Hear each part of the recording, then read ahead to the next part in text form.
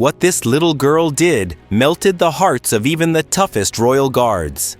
In the heart of London, where cobblestone streets echo with history and the chimes of Big Ben mark the rhythm of a kingdom, stands Buckingham Palace. Majestic, imposing, timeless. Every day, tourists from all over the world crowd its iron gates, angling their phones, waiting for the changing of the guard, a ceremony as old as the crown itself. And at the center of this spectacle, silent and still as statues, are the royal guards. Unflinching, unsmiling, unbreakable. They are trained to endure anything. Heat, cold, crowds, taunts. Nothing phases them. Not a shout, not a dance, not even a camera shoved inches from their faces. That's their duty. That's the code. But no training could have prepared them for her. She was 4 years old, just barely tall enough to peek over the crowd barrier. Her name was Emily, and she held in her tiny fingers half of a red apple, slightly bruised, slightly sticky from the summer sun. It was her first time overseas. Her parents had saved for years for this trip, a chance to show their daughter the world. Emily wasn't interested in royal history or architecture. She wasn't dazzled by the palatial gates or the guards' gleaming boots. What caught her attention was simpler, softer, alive. The horses.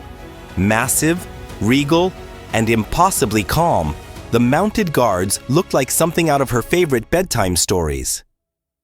Emily had always adored horses, ever since her mother first told her fairy tales about brave princesses riding through enchanted forests.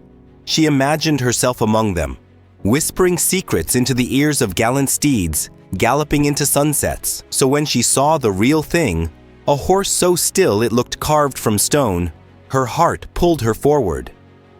The crowd bustled around her. Cameras clicked. Souvenir vendors called out from the sidewalk. But Emily was locked in on that horse. Her hand slowly slipped from her father's grip. She didn't mean to run. She just walked. Purposefully. Innocently. Across the rope barrier, gasps rippled through the crowd.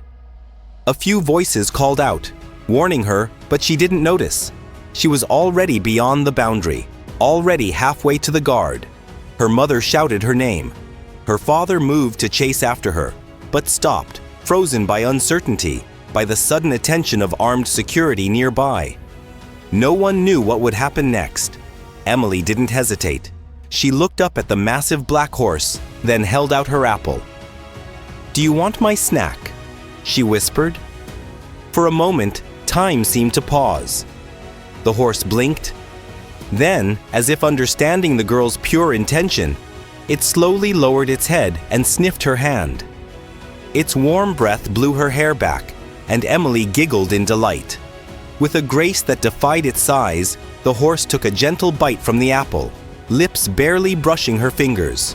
The crowd was silent. Even the most jaded tourists were speechless. Then Emily turned her head toward the guard. She looked up at him with the wide-eyed awe that only a child can give. He hadn't moved, not an inch.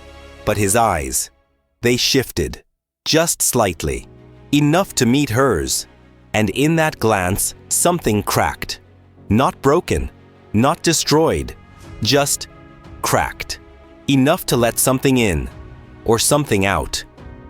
Behind the mask of duty and iron discipline, behind the polished brass buttons and centuries of tradition, there was a man. A soldier. A human being. He blinked, ever so slowly. Then, to everyone's astonishment, he moved. Just a bit. His gloved hand rose to his chest, where his medals shone under the afternoon sun. One in particular, a small circular insignia with a golden emblem at its center. It had been awarded for exemplary conduct during a tour in a distant land. He'd worn it with pride for years. But in that moment, it no longer felt like a token of service. It felt like something meant to be shared. In a move that defied every regulation in the book, the guard dismounted. Slowly, deliberately. The weight of his armor clinking softly as his boots touched the pavement. He knelt beside Emily. The hush over the crowd was absolute. You could hear a breeze lift the Union Jack. He held out the golden charm, detaching it from his medal. "This," he said in a quiet voice that carried in the silence, "is for your bravery and your kindness." Emily took it, eyes wide, hands shaking slightly. And then, without thinking, without asking, she leaned forward and hugged him. No hesitation, no fear, just love. He froze at first. Then, almost imperceptibly, his hand lifted and rested gently on her back. Just for a second. That was all it took. When the guard stood up, the applause began. Hesitant at first, then swelling. The crowd clapped, cheered, some even wiped tears from their cheeks. The palace staff gently guided Emily back to her parents, who scooped her up, crying and laughing all at once. The guard returned to his post as if nothing had happened and resumed his position. But everything had changed. Videos of the moment spread across the globe. Social media lit up. Hashtags trended. Newscasters called it the moment that melted a nation. For one brief, beautiful instant, people saw not just a royal guard, but a man reminded of the kindness the world still holds. And as for Emily, that little charm never left her side. Her parents framed it in a shadow box, next to a photo of the horse and the man who bent the rules for her. She'd stare at it each night before bed, whispering stories to it, adding her own chapters to the fairy tales she once listened to. And the guard, whose name the public never learned, stood watch again the next morning. Same posture, same expression. But something had softened.